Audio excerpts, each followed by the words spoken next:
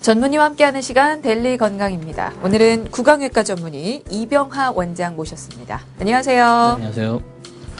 네, 안녕하세요. 구강외과 전문의 이병하입니다. 네, 반갑습니다. 주제 알려주시죠.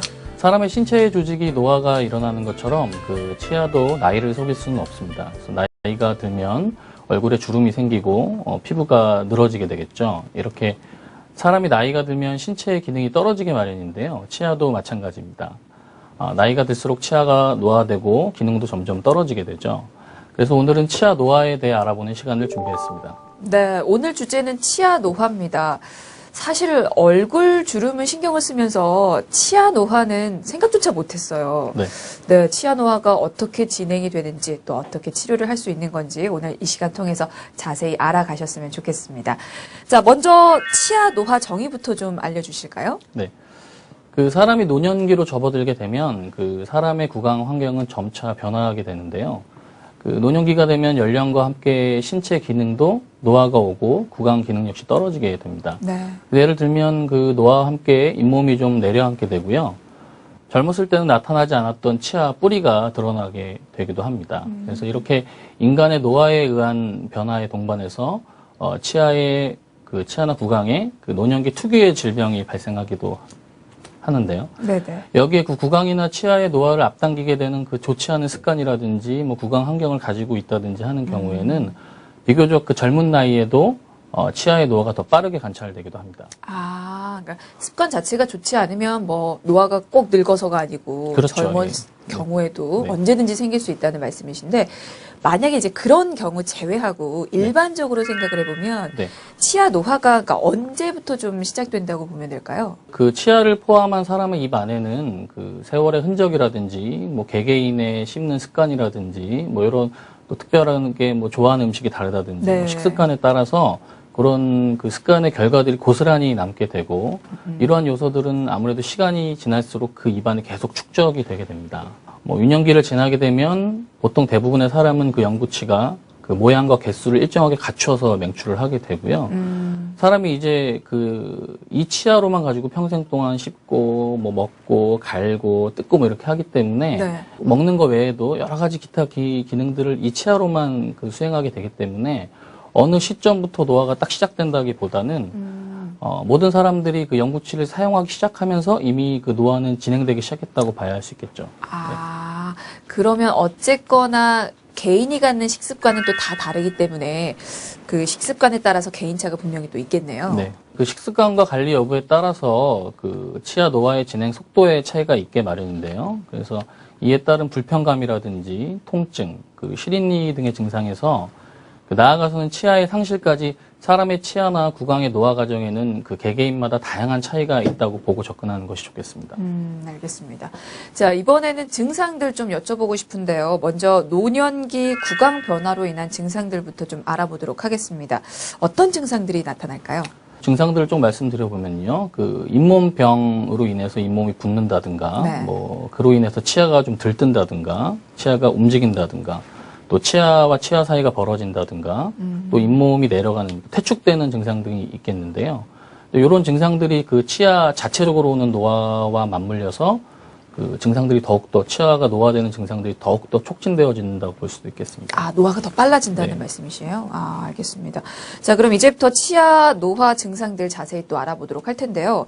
이게 치아 노화도 다른 노화 마찬가지로 단계별로 좀 나뉘죠? 맞습니다. 먼저 초기의 치아는 맞물리는 다른 치아에 의해서 씹는 면이 점점 닳아 없어지게 되는데요. 이런 증상을 치의학 용어로는 교모라고 표현을 합니다. 그래서 이 교모 증상에 의해서 치아의 가장 바깥쪽 면인 새하얀 범낭질층이 좀 닳게 되고요.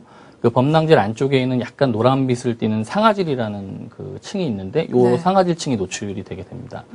그래서 치아 내부의 신경은 외부의 이제 오래된 자극에 의해서 조금 이제 신경 자체가 좀 줄어들게 되고 그 자리를 2차 상아질이라고 하는 물질이 좀 채우게 되는데요. 그리고 네. 이 씹는 힘이 치아 뿌리 끝에 계속 전달이 되기 때문에 치아 뿌리 쪽에 백악질이라고 하는 층도 점점 이제 두꺼워지게 됩니다. 교모 증상이 더 진행이 되면 이건 어떻게 되는 겁니까? 그러니까 상아질 노출이 더 심해지는 건가요? 네. 아까 말씀드렸듯이 범낭질이 닳아 없어지게 되고 그 안에 상아질이 이제 노출이 되게 되는데요. 네. 그 상아질은 그 바깥에 있는 그 범낭질층보다 약간 더 무른 그 재질이기 때문에 그 닳아서 마모도는 속도가 상아질이 노출되기 시작하면 더 빨라지게 됩니다. 아, 그렇군요. 그럼 마모가 돼서 이게 끝까지 닳아서 없어지는 경우도 있나요? 네, 그 마모가 점점 심해져서 그 끝까지 진행이 되게 되면 구멍이 뚫리는 형태로도 마모가 더 커지게 됩니다. 그렇게 되면 그 구멍에 이제 음식물들이 많이 끼게 되기 때문에 네. 환자분들이 굉장히 이것을 불편해 하세요. 그래서 좀 치과에 내원하셔서 이 부분을 좀 떼어줄 수 없냐라고 많이 말씀을 하시는데 근데 이 부분은 문제는 좀 전에 말씀드린 대로 씹는이 계속 지속적으로 전달이 되는 부위이기 때문에 보통 지금 치과에서 사용하는 레진이라든지 GI라든지 뭐 일반적으로 쓰는 재료로 그 마모된 부분을 메꿔준다고 해도 이것이 이제 금방 얼마 못 가서 떨어지게 마련이죠. 아, 그러면 이건 뭐 해결할 방법이 없는 겁니까? 그래서 뭐 이 부분을 해결해주기 위해서는 그 마모된 부위를 더 좀 갈아내서 그 유지 형태를 부여한 다음에 떼어줘야 되는데 일단 이렇게 되면 그 멀쩡한 이를 좀 갈아내야 되기 때문에 환자분들께서 좀 거부감을 가지실 수도 있고요. 네. 또 이 달아있는 부분의 치아를 좀 갈아내야 되기 때문에 자칫하면 치아가 더 좀 과민하고 시려질 수도 있습니다. 그래서 처치가 굉장히 어렵고요. 또 이 단계에서 치아 뿌리, 아까 그 치아 뿌리의 배각질층이 좀 두꺼워진다고 말씀을 드렸잖아요. 그래서 신경의 크기도 줄고 배각질층이 좀 두꺼워지기 때문에 경우에 따라서는 그 치아가 차갑고 뜨거운 자극에 좀 둔해지기도 합니다. 그래서 이 시기를 놓치게 되면 환자분이 이 시기를 놓치고 모르게 넘어가게 되면 그 상아질의 규모가 구멍이 뚫리듯이 더 심하게 진행이 되고요. 그리고 마모된 주변에 얇게 남아있던 그 범낭질층이 벽처럼 이렇게 남아있던 범낭질층이 날카로워지게 되고 경우에 따라서는 치아 일부분이 깨져나가게 되기도 합니다. 아, 그렇군요. 치아 노화의 대표적인 증상, 치아가 닳는 현상이죠. 교모 증상에 대해서 알아봤는데요. 그 치아가 닳는 현상이 이렇게 씹는 면에 나타난다고 하셨잖아요. 혹시 다른 부분에 나타나진 않습니까? 그 치아 닳는 현상이 치아의 그 씹는 면뿐만 아니라 옆면에도 나타나기도 하는데요. 그것을 저희가 이제 흔히 치경부 마모증이라고 부릅니다. 네네네. 이 치경부 마모증은 그 이가 시려서 치과에 내원하시는 환자분들이 가지시는 원인 중에 가장 이제 흔한 원인 중에 하나라고 말씀드릴 수 있겠습니다. 치경부 마모증이 그러니까 정확히 어떤 증상의 질병이라는 말씀이시죠? 네. 그 쉽게 설명을 드리면 그 아까는 치아의 씹는 면이 닳는 네. 교모라는 증상에 대해서 말씀을 드렸는데 치경부 마모증은 치아의 옆구리가 패어나가는 증상이라고 보시면 옆에. 되겠고요. 예. 아. 그래서 뭐 보통은 그 칫솔질 저희가 입솔질을 할 때 입솔질을 하는 방향이라든지 습관에 의해서 좀 나타날 수가 있는데요. 칫솔을 좀 치아 옆으로 좀 강하게 너무 옆으로만 왕복 운동을 한다든지 또 너무 강하게 힘을 주어서 문질러서 닦게 되는 경우에 치아 이제 옆면이 좀 아무래도 깎여 나갈 수가 있겠죠. 그런데 최근에는 그 잘못된 칫솔질 방법보다는 그 씹는 이 교합 관계에 의한 원인에 의해서 더 흔하게 발생한다고 요즘은 좀 알려져 있습니다. 교합 관계에 의한 원인이라는 게 어떤 의미일까요? 그 위아래 이제 위턱과 아래턱에 있는 치아가 맞물리는 것을 교합이라는 용어로 우리가 표현을 하는데요. 네. 이 음식을 씹기 위해서는 하루에도 그 수천 번씩 위아래로 치아가 강하게 이제 부딪히게 됩니다. 그렇죠. 이때 그 충격이 집중적으로 모이는 곳이 치아 옆구리 부위고 이 치아 옆구리 부위를 저희가 치경부라고 부르는데요. 네. 이 교합에 의해서 이제 오랜 세월 축적된 충격들이 모여서 치아 옆부분을 계속 조금씩 이제 부수게 되고요. 그래서 치아의 결정 구조상이 부서지고 터져나가는 부분이 좀 옆으로 이렇게 패이는 그 V자가 옆으로 좀 누워있는 이런 형태로 띄게 됩니다. 그래서 제가 환자분한테 많이 좀 설명을 드릴 때 뭐 김밥이라든지 지우개 같은 경우를 위에서 아래로 강하게 눌러주면 옆구리가 좀 터져나가잖아요. 네네. 치아도 예, 마찬가지입니다. 그래서 위아래 씹는 힘이 좀 비정상적으로 강하게 오게 되면은 옆구리가 좀 패어나갈 수가 있게 됩니다. 그래서 이런 마모가 더 많이 진행되면 그 범낭질 안쪽에 아까 말씀드린 상아질이 또 노출이 되게 되고요. 네. 이 상아질에는 그 상아세관이라는 이 상아세관 관이 하나 있는데요. 이게 치아 안에 있는 신경과 좀 연결되어 있어요. 그래서 이런 것들이 좀 온도 자극에 매우 민감하게 되기 때문에 네. 좀 상대적으로 시린 느낌을 더 많이 받게 되시는 거죠. 그렇군요. 네, 자, 치아 노화의 현상에 대해서 알아보고 있습니다. 씹는 면이 닳는 교모 증상 말씀해 주셨고요. 그리고 치아의 옆구리가 패이는 치경부 마모증 알려주셨는데요. 그 외에 또 어떤 치아의 노화 현상이 또 더 있습니까? 네.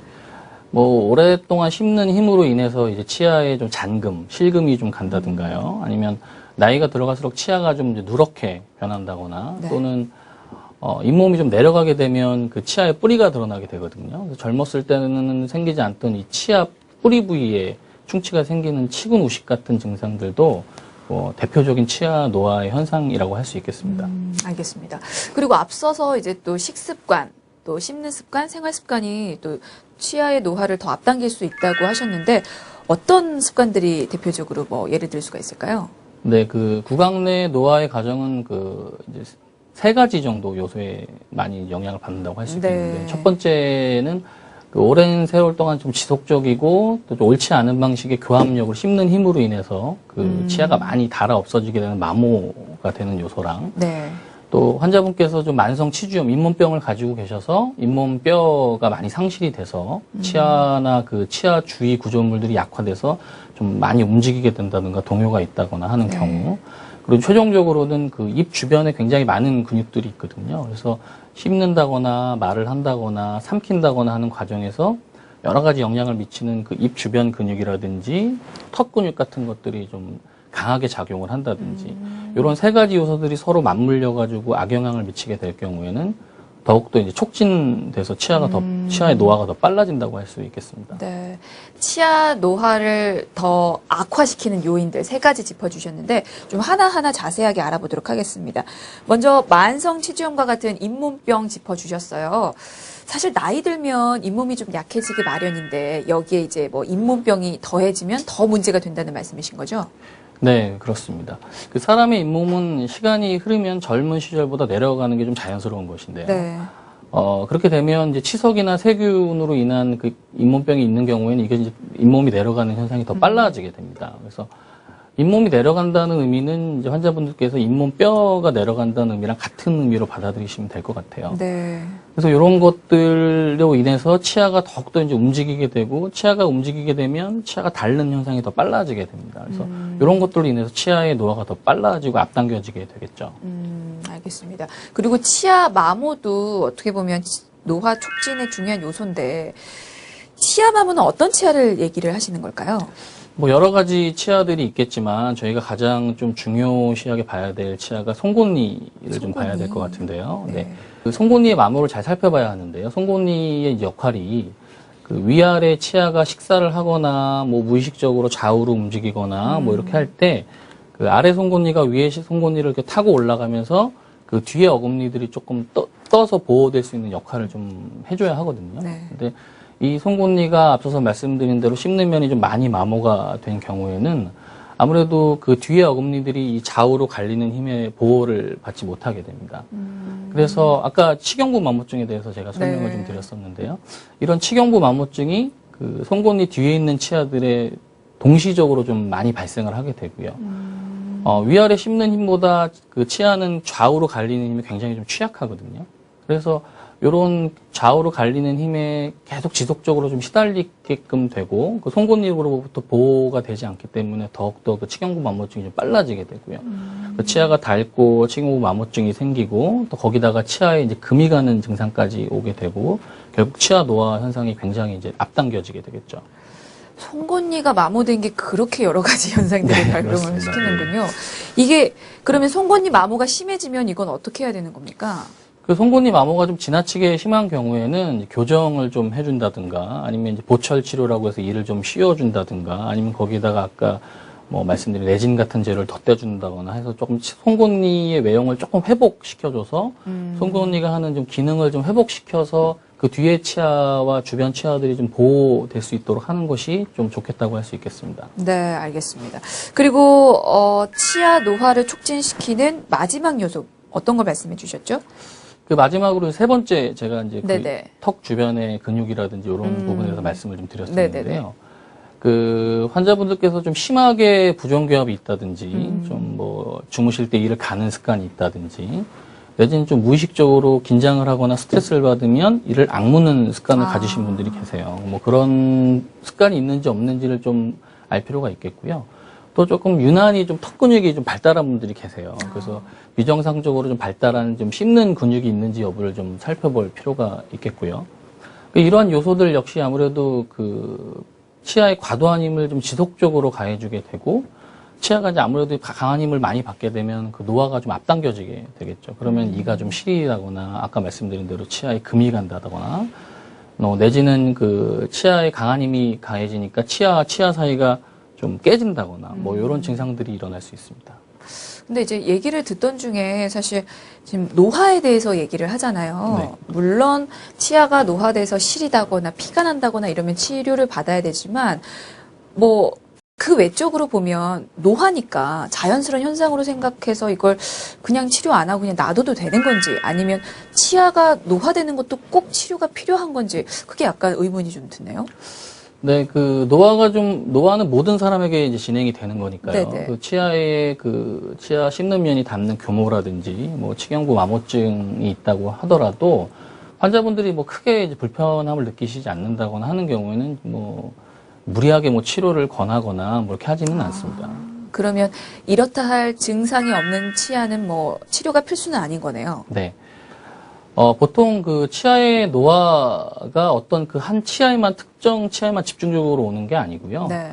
보통은 여러 치아에 동시다발적으로 좀 진행이 되기 때문에 그 여러 치아를 뭐 동시에 치료하는 게 쉽지는 않아요. 왜냐하면 이제 치과 치료라는 게 일정 비용이 좀 들어가기 때문에 한 번에 여러 치아를 하게 되면 환자분들께서 좀 많은 예산이 필요가 되기 부담이 때문에 되죠. 부담을 좀 느끼실 수 네. 있거든요. 그래서 뭐 그런 부분이 좀 쉽지는 않고요.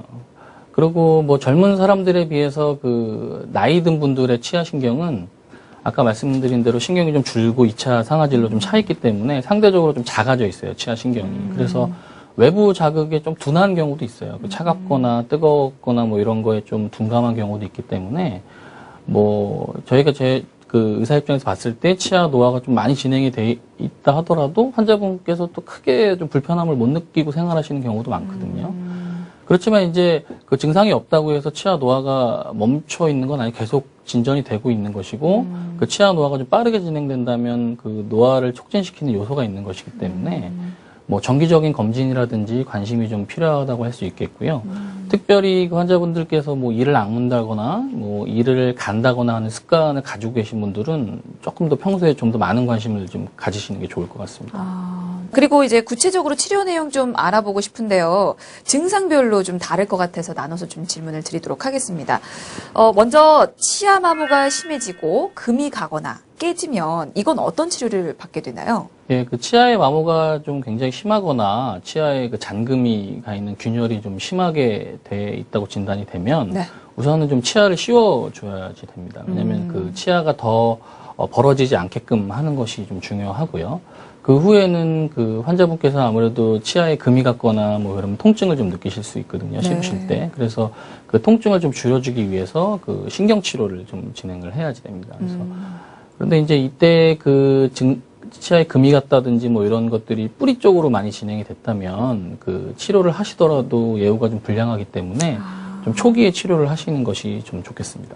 알겠습니다. 그리고 치아 노화 현상으로 치경부 마모증도 들어주셨어요. 치아 옆면이 패이거나 또 내려앉는 네. 그런 증상.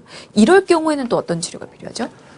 그 치경부 마모증이 확인되면 일단 환자분들께서는 그 칫솔이라든지 칫솔질 방법이라든지 세치제, 그 치약 같은 걸 좀 올바로 선택하심으로써 네. 더 이상 마모가 일어나지 않도록 좀 해야지 되는데요. 네. 칫솔은 좀 부드러운 탄력의 칫솔을 선택해 주시는 게 좋겠고요. 네. 그리고 반드시 뭐 위아래로 칫솔을 잡은 손목을 돌려주면서 치아를 닦는 회전법으로 좀 칫솔질을 하는 것이 좋겠습니다.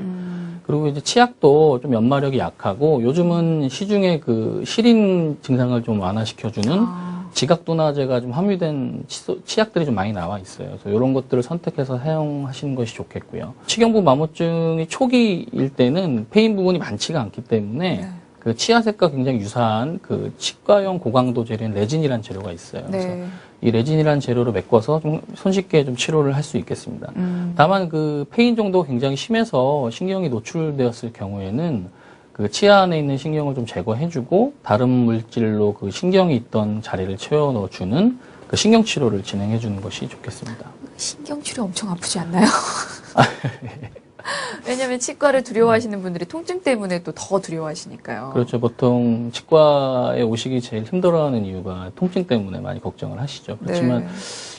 보통 치과 불편함을 느끼시기 전에 저희가 좀 아프지 않게 마취를 잘 해드리기 때문에 마취가 정말 아프지 않게 넘어가신다면 그 뒤에 치료도 불편함 없이 하실 수 있을 것 같습니다. 지금 치아 노화 과정에서 이제 필요한 치료들은 다 마취를 하고 나서 치료를 네, 해주시는 경우에 거군요. 따라서는 환자분들께서 불편함 느끼시지 않게 마취를 통해서 충분히 환자분의 통증을 완화시켜주고 불편함 없으시도록 치료를 진행할 수 있습니다. 알겠습니다. 그리고 사실 치아는 관리도 굉장히 중요하잖아요. 이제 재발을 막기 위해서라도 치료 후 관리법도 좀 알려주세요.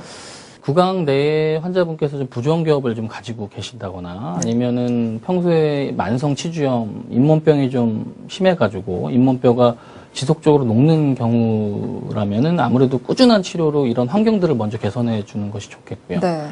이를 간다거나 이를 악무는 습관이 있다거나 하는 경우는 꼭 좀 확인을 해보시는 게 좋겠습니다. 왜냐하면 가장 중요한 요소이기 때문에요. 그래서 턱 주변에 씹는 근육이 좀 지나치게 발달해서 이로 인해서 치아에 씹는 힘이 너무 과하게 전달이 되면은 치아가 좀 버티지를 못하거든요. 그래서 이런 경우는 좀 체크를 하시는 게 좋겠고요. 네. 그 다음에 개개인의 식습관도 좀 중요하다고 할 수 있어요. 그래서 평소에 좀 딱딱한 걸 즐긴다든지 질긴 음식을 즐긴다거나 하는 경우도 조금 확인을 해서 이런 부분을 조절해 주시는 것이 좋을 것 같습니다. 알겠습니다. 그리고 사실 치아 노화는 막을 수는 없잖아요. 예방법이 아니고 이제 최대한 미룰 수 있는 방법이 있으면 좀 알려주실까요? 아까 말씀드린 대로 환자분들께서 이를 갈거나 또는 이를 악물거나 하는 습관을 가지고 계시면 턱 주변에 또 좀 턱이 좀 근육이 발달해가지고 그런 경우는 구강 내 치아에 오랜 시간 계속 힘이 축적이 되기 때문에 치아 노화가 좀 빨라질 수밖에 없어요. 일반적인 분들보다는요. 그런 경우에는 씹는 힘이 전달되는 것을 좀 막아줘야 되는데요. 그래서 치과 용어로는 스플린트라고 하든지 밤에 잘 때 끼는 나이트 가드 같은 장치를 좀 착용해서 환자분들께서 좀 이를 간다든지 악물거나 하는 습관으로부터 조금 치아를 보호해주고요. 그런 장치를 끼게 되면 아무래도 직접적으로 치아가 갈리는 것을 좀 막아줄 수가 있기 때문에 아까 말씀드린 교모라든지 치경부 마모증 같은 증상을 좀 방지를 할 수가 있겠습니다. 그런데 이제 환자분들께서 이거 좀 답답해하세요. 장치를 끼는 것이 좀 장시간 끼고 있어야지 되고 특히 나이트 가드 같은 장치는 밤에 주무실 때 끼고 주무셔야 되기 때문에 조금 예민한 분들은 그것 때문에 좀 잠을 설친다거나 불편해하실 수가 있기 때문에 좀 그런 게 문제가 되는데. 요즘은 이제 조금 최소한의 시간만으로도 효과를 볼 수 있는 장치들이 많이 나와 있습니다. 그래서 이렇게 구강 내 장치를 껴주게 되면 지나친 교합력이라든지 턱 근육의 힘으로부터 좀 치아가 좀 보호가 되고요. 치아의 마모나 균열이 아까 말씀드린 대로 좀 동시에 여러 치아에 발생을 하기 때문에 환자분들께서 모든 치아를 한 번에 치료하시기는 좀 현실적으로 어려운 경우도 많거든요. 예산이 좀 많이 필요하기 때문에. 그런 경우 이런 장치를 좀 끼게 되면 아무래도 좀 적은 비용으로 증상이 좀 완화되는 효과를 볼 수가 있겠고요. 동시에 치아의 노화도 방지되는 효과를 좀 기대해 볼 수가 있겠습니다. 그리고 아까 말씀드린 대로 턱 주위의 근육이 좀 지나치게 발달돼 있는 경우라고 하면 직접적으로 턱 근육에 보톡스 같은 주사를 해서 근육의 힘이라든지 교합력을 좀 완화시켜서 치아에 가해지는 부담을 좀 줄여주는 것도 하나의 방법이라고 할 수 있겠습니다. 네, 알겠습니다. 자, 데일리 건강 오늘은 치아 노화에 대해서 살펴봤는데요. 세월은 치아도 막을 수가 없는 것 같습니다. 미리 막을 수는 없지만 그래도 최대한 늦출 수는 있다고 방법 알려주셨으니까요. 여러분이 어떻게 얼마만큼 관리하느냐에 따라서 결과는 여러분이 느끼실 수 있지 않을까 싶네요. 열심히 노력하시길 바라겠습니다. 자, 지금까지 구강외과 전문의 이병하 원장이었습니다. 말씀 감사합니다. 네, 감사합니다.